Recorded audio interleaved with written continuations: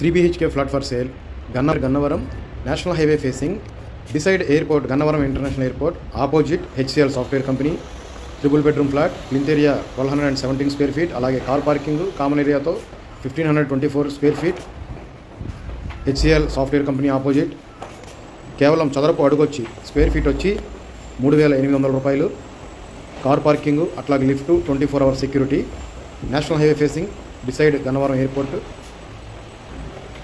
Friends, ఈ flat సంబంధించిన వివరాలు తెలుసుకోవాలనుకుంటే డిస్క్రిప్షన్లో మొబైల్ నెంబర్ ఉంటుంది, ఆ నెంబర్కి కాల్ చేయండి.